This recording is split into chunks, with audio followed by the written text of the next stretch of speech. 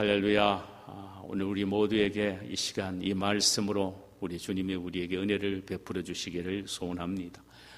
우리가 함께 나누고자 하는 말씀의 제목은 어리석은 갈라디아 사람들입니다.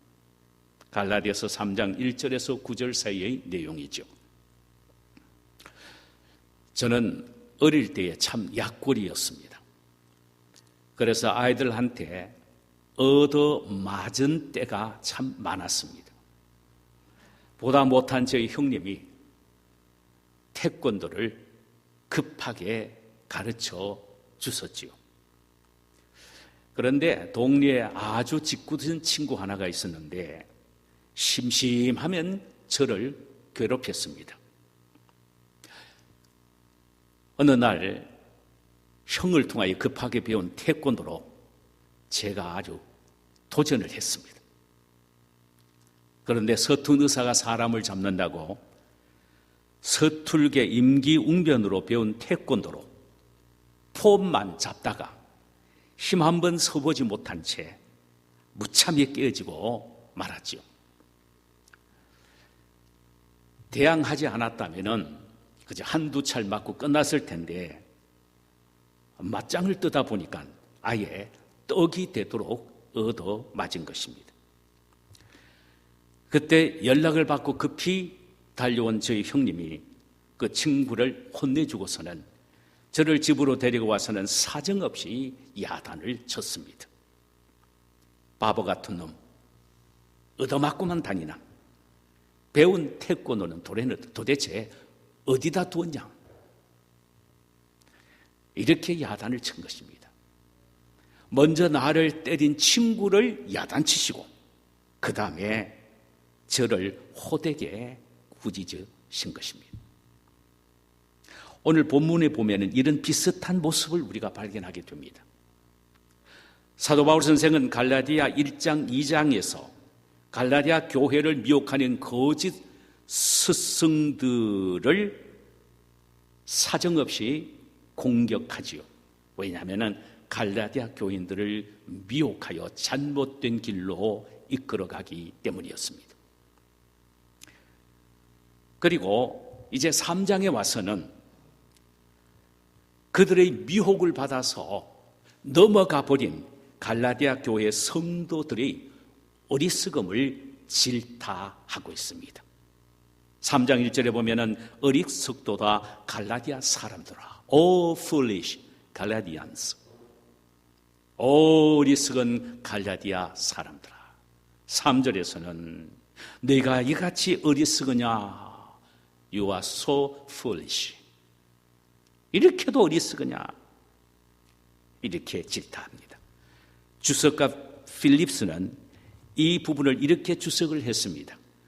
오, 그래 갈대아의 불쌍한 형제들이여, 그대들은 어쩌면 그렇게도 바보스러울 수가 있어. 그럼 도대체 갈라디아 교인들이 어떤 일을 저질렀기에 바울로부터 이런 질타를 받고 있습니까? 그것은 유대주의자들의 미혹을 받아 바울이 전한 이신칭의의 교리를 버리고 율법과 할례를 통하여 의롭게 된다는 아주 잘못된 이단적 사상에 빠져 있었기 때문입니다. 다시 말하면 율법주의로 돌아가 버리고 말았다는 것입니다. 바울은 갈라디아 교인들이 율법주의의 희규, 다시 돌아갈 수 없는 이유를 경험적인 사건 2가지와 그리고 역사적 사건 하나를 들어서 논증을 하기를 시작합니다. 칭의에 대한 확실성, 즉 믿음으로 말미암아 의롭게 된다는 칭의에 대한 확실성을 지금 강조하고 있다는 말입니다. 3가지 논증을 통해서. 자, 첫 번째 논증은 경험적인 논증으로서 예수 그리스도의 십자가를 통하여 너희가 친히 칭의의 능력을 경험했다는 것입니다. 십자가를 통하여 너희들이 칭의에 대해서 경험했다는 것입니다. 체험했다는 것입니다. 1절에 어리석도다 갈라디아 사람들아, 예수 그리스도께서 십자가에 못 박히신 것이 너희 눈앞에 밝히 보이거늘 누가 너희를 꾀드냐? 여기서 바울은 갈라디아 성도들이 예수 그리스도가 십자가에 못 박힌 사건을 친히 그들의 눈으로 보았다라고 말을 합니다. 이는 예수 그리스도의 십자가의 사건은 이론이 아니고 실제며 공상이 아니고 체험의 요소라는 것입니다. 그리고 예수 그리스도의 십자가 사건은 친히 믿음을 통하여 경험된 것이기에 이건 눈으로 본 것처럼 아주 확실하기 때문에 너희들이 눈으로 보았다, 이렇게 말하고 있는 것입니다. 바울은 처음 갈라디아 제방에 가서 그들에게 십자가의 복음을 생생하게 전하고 가르쳤습니다. 그들은 바울이 전한 복음을 받았을 때에 예수 그리스도가 자기들의 눈앞에서 십자가를 지시고 죽으신 것을 영적으로 친히 경험하고 보았습니다. 신비로운 이야기입니다. 그 순간 그들은 자신들의 죄가 드러나는 것을 보았고 그 죄를 들여다보면서 가슴을 치며 회개했습니다. 그때 자신들이 엄청난 죄가 용서함을 받은 감격과 하나님의 자녀가 된 기쁨의 눈물을 흘리기도 했습니다. 율법이 아니라 십자가를 통하여 하나님의 칭의의 은혜를 칭의 경험했다라는 것입니다. 그래서 바울은 갈라디아 교인들에게 예수 그리스도께서 십자가에 못 박히신 것이 눈앞에 밝히 보였다고 말하는 것입니다. 그런데 지금은 그걸 잃어버리고 율법으로 다시 되돌아가고 있다는 것입니다. 얼마나 기가 막힌 일입니까? 왜 그렇게 되었을까요? 예수 그리스도의 십자가를 믿음으로 경험한 칭의의 신비로운 은혜를 잊어버리고 믿음이 흔들렸기 때문입니다. 그래서 바울은 말합니다. 이것을 고치는 방법은 딱 하나다. 어떻게? 다시 십자가 앞으로 나아가 십자가를 통하여 우리 주님의 은혜를 경험하고 체험하는 것 외에는 다른 방법이 없다라고 그는 말합니다. 사랑하는 여러분, 우리의 믿음이 왜 자꾸 흔들립니까? 인생의 각종 고난과 역경과 환난 때문입니까? 아닙니다. 십자가 은혜를 경험하지 못했거나 경험했다고 하더라도 그 감격을 쉬 잃어버렸기 때문입니다. 문제는 그것입니다. 혹시 아직 십자가의 칭의의 은혜를 영적으로 경험하지 못한 분이 계십니까? 늦지 않습니다. 지금 이 순간이야말로 절호의 기회입니다. 십자가를 바라보시길 바랍니다. 십자가에서 나를 위하여 손과 발에 못이 박힌 채 피 흘려 죽으신 예수 그리스도, 그분이 나의 구세주라는 사실을 똑똑히 보면서 십자가를 묵상하시기를 바랍니다.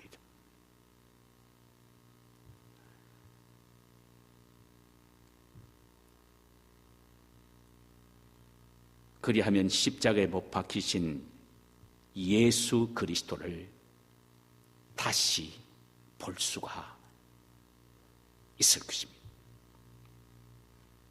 혹시 경험한 십자가의 은혜를 잊어버린 분이 계십니까? 방법은 다시 또 십자가 앞으로 나와야 하는 것입니다. 다시 십자가 앞에 나와 주님의 십자가를 바라보게 될 때에 신비로운 칭의의 은혜를 경험하고 회복시켜 주신다는 말씀입니다. 여러분, 우리의 믿음의 근거는 예수님의 십자가입니다. 주님의 십자가를 늘 쳐다보는 사람, 십자가의 칭의의 은혜를 늘 묵상하는 사람은 결코 믿음이 요동되지 않는다는 사실입니다. 사도 바울은 이신칭의의 즉 믿음으로 의로 된다는 교리에 휘청하고 있는 갈라디아 성도들을 향하여 너희들에게 밝히 보여주신 십자가의 칭의의 은혜를 잊지 말라, 잊었으면 다시 회복하라고 외치고 있는 것입니다. 종교개혁자 루터는 가톨릭의 신부였습니다. 이런 일화가 있습니다. 그가 수도사로 있을 때에 눈을 감기만 하면 죄가 생각이 났습니다. 그래서 그는 스님 신부님에게 가서 고해 성사를 하고 다시 돌아와서 성경을 보는데 또 죄가 생각이 났습니다. 그래서 또 밤중에 신부님에게 찾아가서 고해 성사를 합니다. 시도 때도 없이 찾아와서 고해 성사를 요청하는 루터에게 신부님은 이렇게 말을 했습니다. 루터야, 한꺼번에 모아서 가지고 오너라. 잠 좀 자자. 그가 밤낮으로 자신의 죄를 가지고 신부님에게 찾아가서 고해 성사를 해도 도대체 사죄된 확신이 없이 오히려 죄의식만 더해갔을 뿐이었습니다. 그래서 그는 성 베드로 성당 큰 많은 계단에 무릎을 꿇고 참여하면서 오르락 내리락 하면서 참여 기도를 했지만은 죄 용서함에 대한 마음보다는 죄의식이 더 크게 사로잡히게 됩니다. 그때 그가 피 흘린 무릎을 내려다보면서 너무너무 아파 그 아픈 고통 때문에 십자가를 바라보게 됩니다. 순간 깨닫게 된 것은 주님의 십자가는 나의 모든 죄가 청산된 은혜의 현장인데 내가 왜 이렇게 내 의지로 의롭게 되려고 노력하고 고생하고 있단 말인가 하며 벌떡 일어나 솔라 피데, 오직 믿음으로 구원을 받는다, 솔라 그라티아, 오직 은혜로 구원을 받는다라고 외치면서 종교 개혁을 선언하게 된 것입니다. 그는 십자가에서 하나님의 은혜를 보았고 체험했던 것입니다. 순간 그의 마음속에는 기쁨과 환희가 넘쳤던 것입니다. 십자가는 우리의 죄를 정결케 하는 영원한 샘물이요, 십자가는 우리의 모든 병을 치료하는 영원한 치료의 현장입니다. 그러므로 우리는 십자가를 끊임없이 쳐다보아야 한다는 것입니다.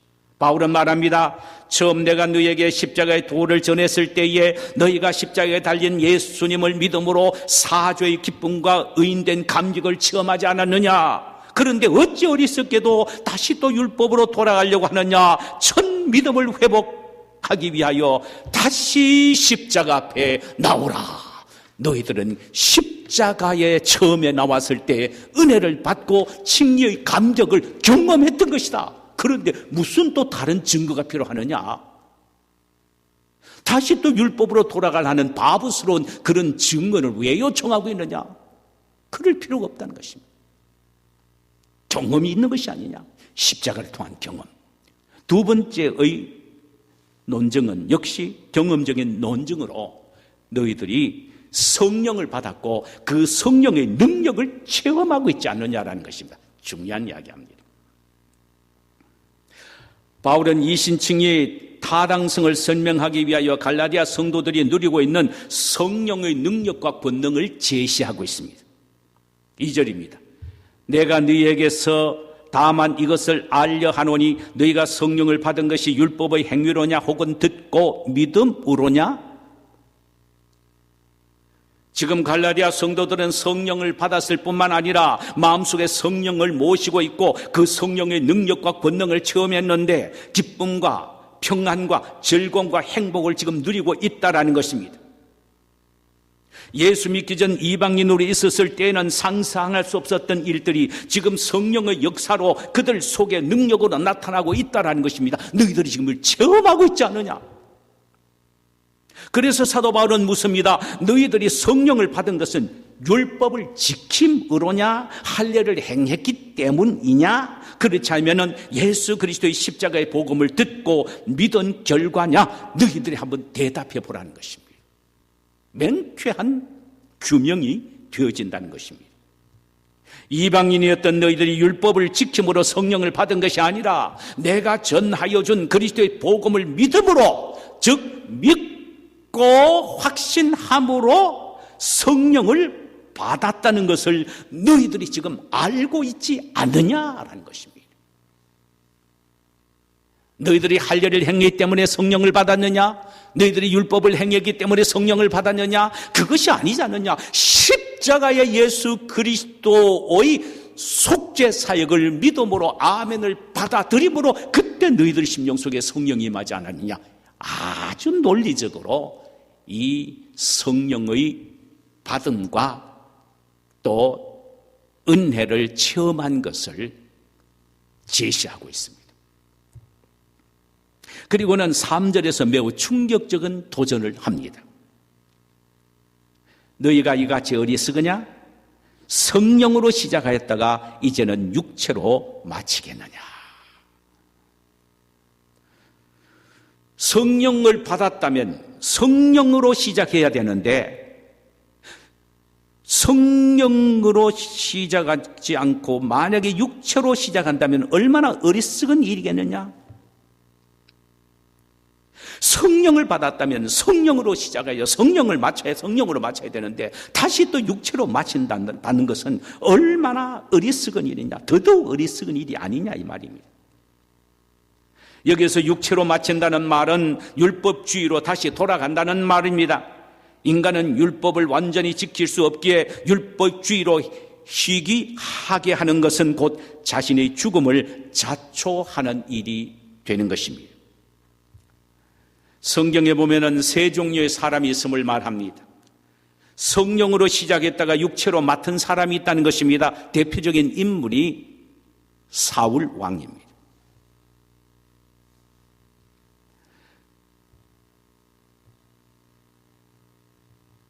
그는 처음 왕이 될 때는 정말 겸손했습니다. 사무엘상 9장 21절에 보면은 그가 사무엘을 통하여 이스라엘 왕이 될 것을 암시받았을 때 그의 반응은 나는 이스라엘 지파의 가장 작은 지파 베냐민 사람이 아니니까 또 나의 가족은 베냐민 지파 중에 가장 미약하온데 당신이 어찌하여 내게 이같이 말씀하시니까 라고 하면서 겸손을 표했습니다. 심지어 왕으로 기름을 부으려고 할 때는 그는 진보다리 뒤에 숨어서 기름 부음을 받지 않기를 원했던 것입니다. 이걸 보면은 성령의 사람은 겸손한 사람이라는 것을 알 수 있습니다. 왕이 되었을 때는 그가 성령을 받아 예언하기도 했습니다. 그러나 사무엘상 15장 8절에 보니까 그가 왕이 되어 권세와 영광을 누리게 되었을 때는 교만하여 하나님을 따르지도 않고 하나님의 명령을 행하지 아니하므로 하나님이 사울을 왕 세우심을 후회했다라고 기록되어 있습니다.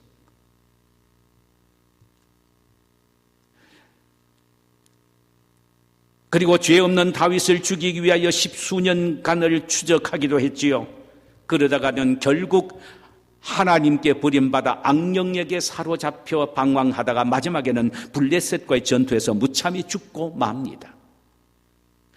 그는 처음에는 성령으로 시작했을 때는 겸손했습니다. 그런데 육체로 끝을 맺으려고 하니까 그는 교만한 사람이 되었습니다. 그러니까 성령의 사람과 육체의 사람의 구별은 교만과 겸손입니다. 성령의 사람은 겸손합니다. 육체의 사람은 교만합니다.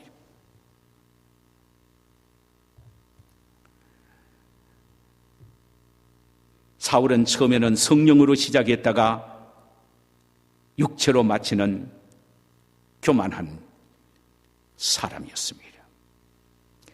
또 한 종류는 육체로 시작했다가 성령으로 마치는 사람입니다. 자, 육체로 시작했다가 성령으로 마친 사람의 대표자는 사도 바울입니다. 그는 대단한 율법주의자로서 육체를 따라 살아왔던 사람이었습니다. 끊임없이 율법을 준수하고 율법을 지키고 그것을 자기의 의로 드러내는 재미로 살려고 했던 사람이었단 말입니다. 이것이 바로 육체로 따라 사는 사람의 모습입니다. 그러나 그가 다메섹 도상에서 예수를 만나고 성령을 받은 후에는 성령의 사람이 되어 일생 동안 복음과 하나님의 나라를 위하여 멋지게 살다가 간 충성스러운 주님의 종이었습니다. 마지막으로 성령으로 시작했다가 성령으로 마친 사람입니까? 이 얼마나 아름다운 사람입니까? 성령으로 시작했다가 육체로 마치는 사울 왕, 육체로 시작했다가 성령으로 마치는 사도 바울 귀중하죠. 그러나 성령으로 시작했다가 성령으로 마친 참으로 아름다운 사람이 성경에는 소개되고 있습니다. 얼마나 그의 신앙이 아름다웠으면 하나님도 저는 내 마음에 합한 자다라고 말씀하실 정도의 사람입니다. 그가 누구신지 아시죠? 다윗입니다. 그는 어릴 때부터 믿음으로 살아온 성령의 사람이었습니다. 그가 소년의 때 블레셋의 장수 골리앗을 쳐 죽인 사건은 그가 성령의 사람임을 가장 강력하게 드러내 보여주는 단면이기도 합니다. 물론 그는 인생을 살아가면서 인간적인 실수도 있었습니다. 그러나 하나님 앞에는 철저히 겸손한 어린 아이와 같은 사람이었습니다. 자신의 죄를 나단 선지자가 갓 선지자가 지적할 때는 그대로 침상이 떠내려갈 때까지 눈물을 흘리며 회개했던 겸손한 사람이었습니다.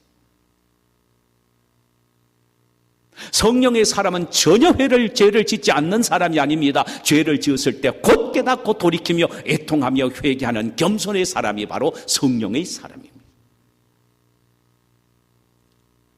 사도 바울은 이방인으로서 성령을 받아 성령으로 시작했던 갈라디아 사람들에게 육신으로 맞춰서는 안 된다고 힘있게 외치고 있습니다. 그들이 성령으로 시작했다가 육체로 마치려 하는 원인은 성령의 뜻을 순종하지 않은 교만함 때문이었습니다. 우리는 기억해야 합니다. 성령으로 시작한 사람도 육체를 따라 사는 육적 그리스도인이 될 수도 있다는 사실. 그러므로 늘 그리고 끊임없이 겸손하며 성령의 감동과 감화를 따라서 살아가기 위하여 힘을 써야 합니다. 성령의 감동과 감화를 따라서 살아가거나 순간적으로 교만하게 되면 어느 순간인가 나도 모르는 사이에 육신을 따라서 살아가는 발걸음이 될 수 있다는 사실입니다. 바울은 갈라디아 교인들은 성령을 받았고 그 성령이 자신들 속에서 큰 능력을 나타내는 사실을 삶 속에서 경험하고 있기에 믿음으로 말미암아 얻게 된 성령을 확신한다면 절대로 믿음으로 의롭게 되는 이신칭의 교리를 거부하고 율법으로 돌아갈 수가 없다라는 것입니다. 이렇게 체험적인 논증 가운데 하나를 성령을 받았고 성령의 능력 속에 살아가고 있는 바로 그 상태라고 말을 하고 있는 것입니다. 이것이 아주 정확한 이신칭의의 확실한 증거요, 논증이라는 것입니다. 그 다음에 세 번째로는 역사적 논증, 즉 성경적 논증 하나를 소개를 합니다. 자, 보세요. 사도 바울은 칭의의 타당성과 확실성에 대한 증거를 구약 성경을 통하여 역사적으로 입증을 하려고 노력합니다. 참 기가 막힌 그의 인사이트입니다. 그 대표적인 인물을 아브라함으로 뽑았습니다. 구약의 아브라함이 믿음으로 의롭게 된 칭의의 모범자라는 것입니다. 본문 6절에 이렇게 기록합니다. 아브라함이 하나님을 믿음에 그것을 그에게 의로 증하셨다 함과 같으니라. 이것은 하나님으로부터 친히 믿음으로 의롭다함을 받은 실제적인 증거인 창세기 15장 6절 아브라함이 여호와를 믿으니 여호와께서 그를 의로 여기셨다라고 하는 말씀의 신약적 인용입니다. 바울이 그대로 인용한 것입니다. 자, 우리가 이 내용의 배경을 한번 살펴볼까요? 아브라함이 하나님의 지시를 따라 가나안 땅에 이주한 지 7년이 되었습니다. 어느 날이었습니다. 자식 주겠다는 약속은 받고 왔는데 아직 자식도 없습니다. 이웃의 여러 도시 국가들은 더욱더 아브라함을 침략하기 위하여 길을 쓰고 있습니다. 그런 그 상황에 실망과 두려움이 겹쳤습니다. 그래서 밤에 잠을 잘 수가 없었습니다. 그때 하나님이 그 아브라함에게 찾아오셨습니다. 그리고 그의 손을 잡고 밖으로 데리고 나갔습니다. 아브라함아, 하늘의 별을 보아라. 내가 너에게 저렇게 많은 자녀를, 후손을 너에게 주겠다라고 하셨습니다. 자식이 없습니다. 지금 그의 나이가 거의 90세가 가까이 되는데 자식이 없는데, 아니 어떻게 하늘의 별처럼 많은 자식을 주겠다는 하나님의 말씀을 아멘으로 받아들일 수가 있겠습니까? 그런데 아브라함은 그 말을 듣자마자 아멘, 믿음으로 받아들였습니다. 하나님은 그 믿음의 고백을 들으시고 그를 의인으로 인정해 주셨습니다.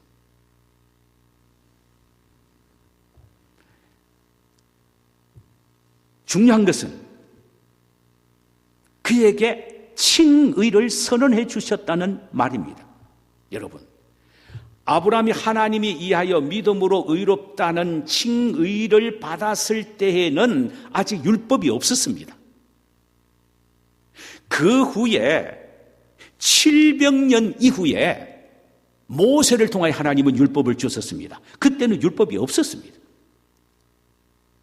그러므로 아브라함은 전혀 율법을 행함으로 그가 의롭다함을 받은 것이 아니고 오직 단순한 하나님의 말씀, 하늘의 별과 같은 많은 자녀를 내가 너에게 주겠다는 이 말씀을 믿음으로 아멘으로 받았을 때 너 의인이다 이렇게 인정을 해 주셨단 말이죠.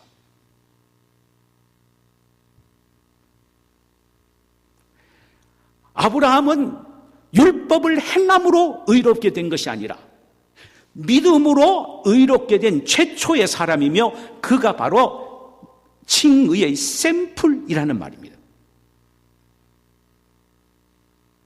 믿음으로 아브라함은 복을 받은 사람이면 틀림없다는 것입니다. 이 사실을 사도 바울은 7절 이하에서 이방인들에게 기가 막히게 적용을 했습니다. 한번 들어보실래요?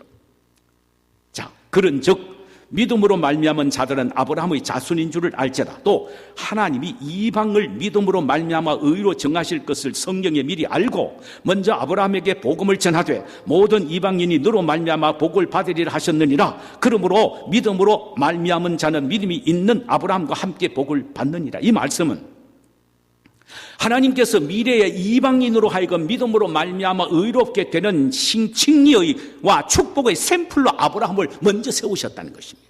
이방인을 위하여 세웠다는 것입니다.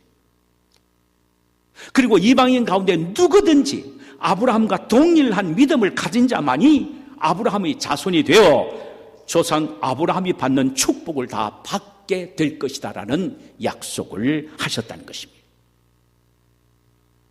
그러므로 바울은 말합니다. 이 칭의, 믿음으로 말미암아 의롭게 된다는 이 단순한 칭의의 교리는 내가 만든 것이 아니라는 것입니다. 바울 자신이 창안한 것이 아니고 이미 성경에서 아브라함에게 하나님이 창조하신 용어라는 것입니다. 하나님이 하신 거라는 겁니다. 이렇게 역사 속에서 성경적으로 하나님은 믿음으로 의롭게 된다는 칭의에 대한 확실한 증거를 보여주셨다는 사실을 그는 논증으로 디펜드하고 있습니다.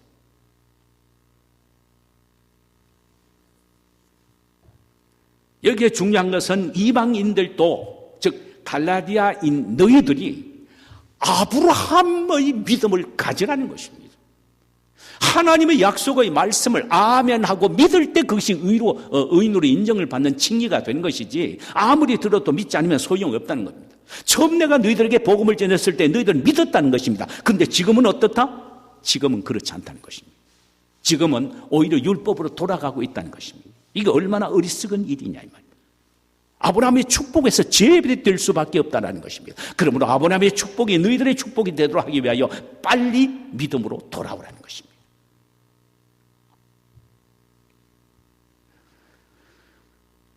그럼 이방들에게도 믿음으로 의롭게 되는 칭의의 길을 열어 자신과 같은 복을 받도록 한 아브라함의 믿음은 어떤 믿음입니까? 자, 보세요.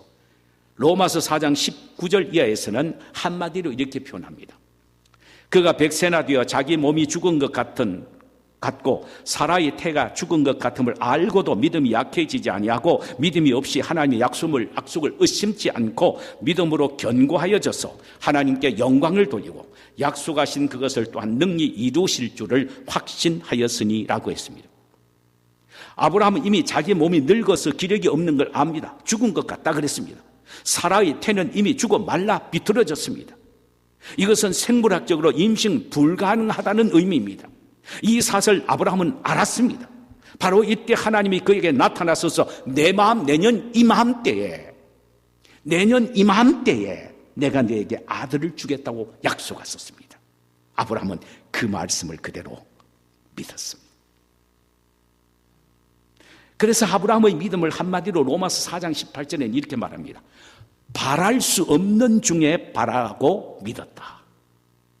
도저히 바랄 수 없는 중에 바라고 믿는 믿음이었다는 것입니다. 이것이 바로 아브라함의 믿음입니다. 그렇다면 아브라함의 믿음 앞에는 불가능이란 전혀 없습니다. 왜? 바랄 수 없는 가운데서 바라고 믿는 것이 아브라함의 믿음이었단 말입니다. 그렇다면 아브라함의 믿음과 오늘날 우리의 믿음의 퀄리티와 질이 다릅니까? 똑같은 퀄리티여야 하고 똑같은 내용이어야 합니다. 우리도 역시 바랄 수 없는 중에 과학적으로, 의학적으로, 우리 논리적으로, 경험적으로 도저히 불가능한 일처럼 보이지만 하나님이 하시면은 능치 못한 일이 없다라는 믿음을 갖고 맡기고 아멘하며 나가는 것, 이것이 바로 바랄 수 없는 중에 바라는 아브라함의 믿음이라는 것입니다. 성도 여러분, 만약 우리가 아브라함과 같은 믿음을 갖고 산다면 칭의뿐만 아니라 우리 삶의 그 어떤 어려움 속에서도 우리는 낙심하거나 좌절하지 않을 것입니다. 오히려 그 속에서 아브라함처럼 하나님께 영광을 돌리고 하나님의 능력과 기적을 체험하는 기회가 될 것입니다. 우리는 이런 믿음을 가져야 할 책임이 있고 가질 수 있는 자격과 특권이 있습니다. 그로 인하여 우리 모두는 참 믿음에 의한 복을 받을 수가 있습니다. 우리 모두는 아브라함의 후손이기 때문입니다. 말씀을 맺겠습니다. 믿음으로 의롭게 된다는 이 칭의는 영원한 진리입니다. 변하지 않습니다. 확신해야 합니다. 흔들립니까? 늘 주님의 십자가를 쳐다보므로 십자가의 은혜를 경험해야 합니다. 우리 모두는 십자가의 은혜를 통하여 칭의를 경험한 사람입니다. 또 성령 충만과 성령의 능력을 늘 경험함으로 칭의의 은혜를 우리는 체험하며 살아야 합니다. 순간순간 성령의 은혜와 능력을 경험하며 살아야 합니다. 그리고 그것은 성령 충만함과 성령의 큰 능력을 갈구해야 합니다. 아브라함의 자손답게 바랄 수 없는 중에서도 바라는 믿음을 가짐으로 믿음으로 칭의의 확실성을 마음판에 새길 뿐만 아니라 아브라함이 받은 모든 축복을 다 받고 살아가는 아브라함의 후손인 우리 모두가 되시기를 주님의 이름으로 축원합니다. 자,